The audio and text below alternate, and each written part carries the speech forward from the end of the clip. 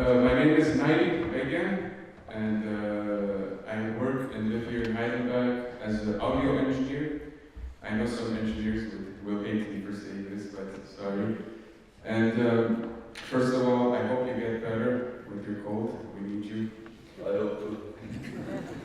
My question is as follows. When you say small is good and the small ingenuity of small groups bringing up good ideas and big ideas, my question is, what role should the government play in implementing ways for these small groups to be more independent, to have more freedom in their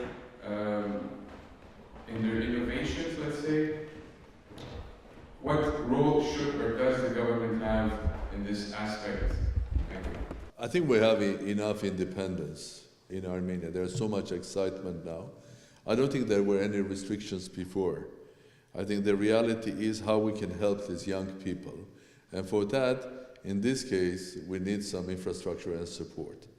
Infrastructure and support in this case, I mean, if you have startups, at the end of the way for a classical startup is to have a startup, a seed support, and then the right environment, then you go to the venture. And the venture support you and they push you up. I think we have to create the right environment for a global Armenian and Armenia-related community of startups, and not only startups, but science, technology, and education, that they can benefit.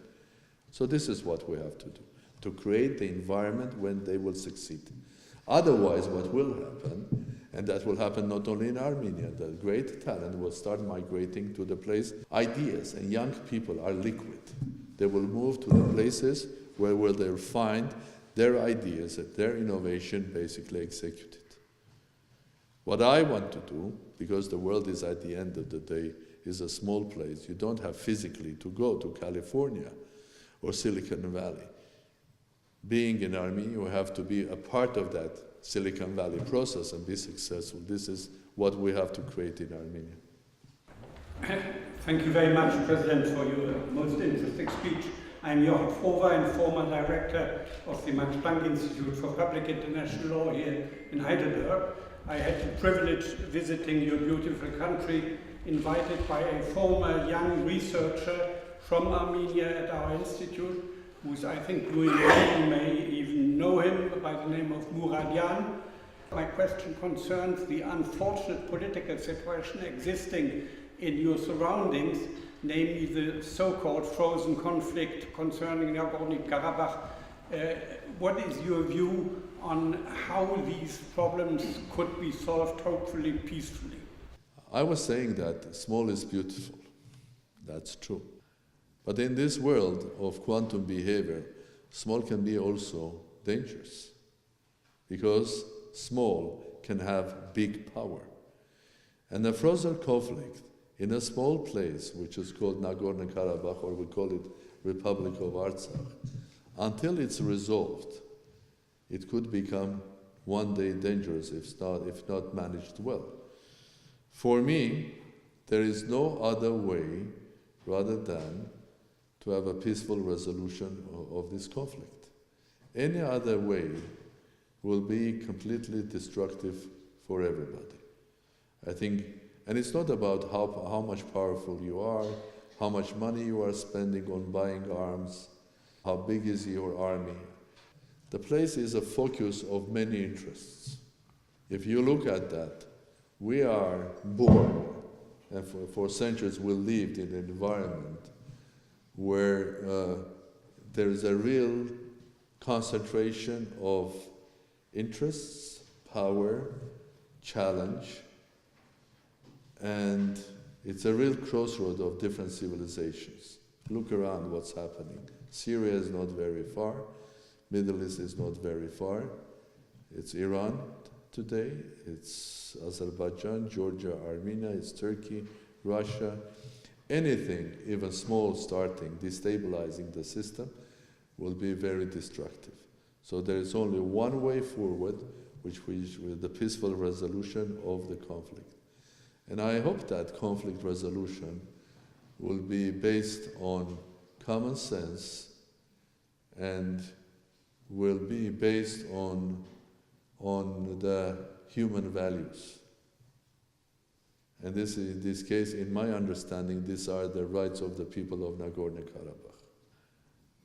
I hope the final solution, will be, at the end of the day, addressing the human rights of the people of Nagorno-Karabakh. I feel quite privileged being here today, listening to you. I'm an Armenian living in Heidelberg for over 40 years. You showed to us in a very effective and excellent manner the positive sides of the international, global interconnectivity. Its advantages and how it is a chance for us. Do you see also any negative aspects of global interconnectivity, and what would you recommend, or what effective tools do they do in Armenia to overcome any negative interconnectivity problems, if there are any, in your opinion? The world is much more complex. We're speaking about interconnectivity.